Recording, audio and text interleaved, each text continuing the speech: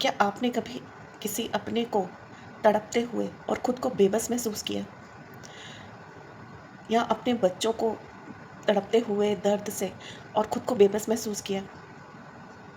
आज मैं एक वीडियो देख रही थी जिसमें एक बिल्ली के 2-3 बच्चे थे। जंगल की ये बात है, और छोटी सी गुफा बना रखी थी उसने अपने घर की, और उसके एक सांप ने हमला कर दिया और एक बच्चे को उसने डंक मार दिया और वो उसी टाइम ही तड़पने लग गया, मर गया। और उसने सांप ने उसको पकड़ भी लिया। बिल्ली ने पंजे मार मार के अपने उस मरे हुए बच्चे को पहले तो छुड़वाया, उसे प्यार किया, और फिर वो वापस उस सांप पे झपटे, क्योंकि वो उसके दूसरे दोनों बच्चों पे हमला करने वाला था। बिल्ली ने झपट्टे मार मार के उस सांप को पहले तो उन दोनों बच्चों से दूर किया, और उसके बाद उस सांप से लड़ती रही। वो सांप भी वापस से वार कर रहा था, वो कोशिश कर रहा था कि इसको भी डंक मार दूँ। अब यहाँ बिल्ली को 2 चीज़ें थी, एक खुद को भी बचाना था क्योंकि वो जानती थी एक ही डंक में वो मर सकती है, और उसके दोनों बच्चों की जान भी खतरे में है। बिल्ली ने पूरी कोशिश की और उस सांप को आखिर में मार ही दिया और उसके चीथड़े-चीथड़े कर दिए। अब यहाँ मेरे दिमाग में एक बात आई कि जानवर और इंसान में बहुत सारे डिफरेंसेस हैं, मगर इमोशंस कितने सेम हैं। एक माँ अपने बच्चे को तड़पता हुआ देख रही है। यहाँ तो उसके पास सिर्फ एक ही खतरा है कि उसे अपने बच्चों को उससे ताकतवर जानवरों से बचाना है। मगर हम जो शहर में रहते हैं, हमारे सामने कितने सारे चैलेंजेस हैं। अपने बच्चों को बहुत सारी चीज़ों से बचाना है, गलत माहौल से, गलत दोस्तों से, कुछ बाहर जाके भगवान ना करे कुछ अनहोनी हो जाए। और सबसे बड़ी बात कि हम घर पे ही इतने बेबस हो जाते हैं कई बार कि उनकी हेल्प नहीं कर पाते।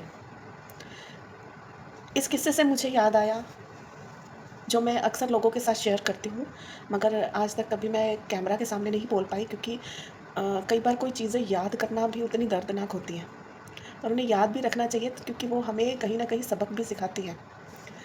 बात मेरे बेटे की है, जब वो अपनी जेईई की तैयारी के लिए घर से बाहर गया था पहली बार, और कोविड के बाद की बात है, सेकंड कोविड की बात है, और छोटे से खेल कूद के समझ लो कि वो ज़रा सा गिरा और उसके L4 L5 में गैप आ गया, और इस चीज़ का उसे भी नहीं पता था कि उसे दर्द क्यों हो रहा है, और उसकी तबीयत बिगड़ती गई। बहुत सारे न्यूरोलॉजिस्ट को दिखाया, फिजियोथेरेपीज़ करवाई, बार-बार हमारे पास आता था, हम भी उसको डॉक्टर्स के पास दिखाते थे, मगर बहुत देर बाद एक्स-रे करवाए तो पता चला कि उसके गैप है। अब जिसने जैसे जो डॉक्टर बताया हमने वो किया। इस बीच उसकी पढ़ाई का जो नुकसान हुआ सो हुआ। उसके ऊपर जो मेंटल स्ट्रेस आया, क्योंकि वो एक पढ़ने वाला बच्चा है भी, और क्योंकि उसका बेस बनना था वो, और वो लगातार कोशिश कर रहा था कि अपनी पढ़ाई को टाइम दे सके, मगर उसकी बॉडी उसका साथ नहीं दे रही थी। इतना बुरा माहौल हमारे घर में वो बन गया था, इतने डिफ़िकल्ट वो डेज़ थे, क्योंकि वो सफ़र कर रहा था, मेंटली भी और फिज़िकली भी। उसके साथ-साथ हम सब भी सफ़र कर रहे थे, मेंटली, और मतलब बिना मतलब के झगड़े हो रहे थे, एक-दूसरे पे चिड़चिड़े हो रहे थे। वो चिड़चिड़ा हो रहा था तो हम हस्बैंड वाइफ़ भी बिना मतलब के आपस में लड़ रहे थे। समझ में नहीं आ रही थी हो क्या रहा है, क्योंकि हम इतने बेबस थे। पैसा लगाने को तो कितना भी लगा देते, चाहे हमारे पास हो चाहे नहीं हो, मगर बच्चे की दर्द नहीं देखा जा रहा था। क्या करते? इतने लोगों से हमने उसको दिखा लिया, मगर कोई फ़र्क नहीं पड़ रहा था।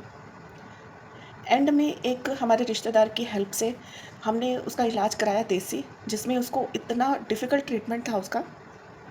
उसको 20 दिन तक उल्टा-लेटा रहना था, और वो भी मैं नहीं थी उसके पास, उन्हीं रिलेटिव्स के पास था वो, क्योंकि मैं घर छोड़ के नहीं जा सकती थी उनके पास। 20 दिन तक वो उल्टा-लेटा रहता था, उसकी पीठ पे लेप हुआ होता था, सिर्फ़ वो घिया और तोरी ऐसी चीज़ें खाता था। उसके बाद भी 70% रिकवरी हुई, और कोई श्योरिटी नहीं थी कि ये कब तक ठीक रहेगा, और क्योंकि पढ़ाई का नुकसान तो हो ही चुका था। 12th बोर्ड भी थी और जेईई की तैयारी भी थी।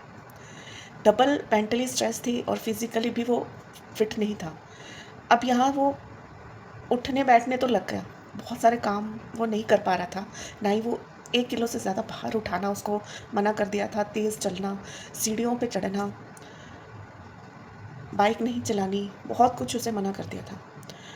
और वो दिन मुझे याद है जिस दिन वो मेरे पास आया एकदम से रोता हुआ और बोला कि मम्मी मैं पढ़ना चाहता हूँ मगर मैं पढ़ नहीं पा रहा हूँ।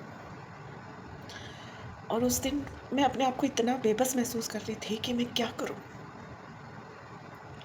मतलब मेरे बस में होता, अगर मैं डॉक्टर भी होती तो क्या करती।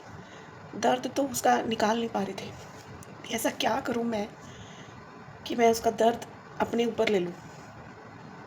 एक चमत्कार हुआ, मुझे किसी के थ्रू एक नेचुरल बायोमैग्नेटिक थेरेपी मिली और जिसकी वजह से वो धीरे धीरे रिकवर हुआ। और दोनों बच्चे आज मेरे बिल्कुल स्वस्थ हैं और पढ़ रहे हैं। दोनों बच्चों का इसलिए क्योंकि मैं इंतज़ार नहीं करना चाहती थी कि मेरी बेटी के साथ भी ऐसा हो कुछ भी। इसलिए मैं बार-बार अपनी वीडियोज़ में, स्टेटस में अपने आप को हेल्दी रखने का बहुत ज़ोर देती हूँ, क्योंकि मैं वो चीज़ें देख चुकी हूँ जो नहीं देखना चाहती। और जब भी मैं किसी को इस दर्द से, प्रॉब्लम से जूझते हुए देखती हूँ, तो मेरे अंदर से आवाज़ आती है कि इसकी हेल्प करनी चाहिए और मैं वही पूरी कोशिश कर रही हूँ।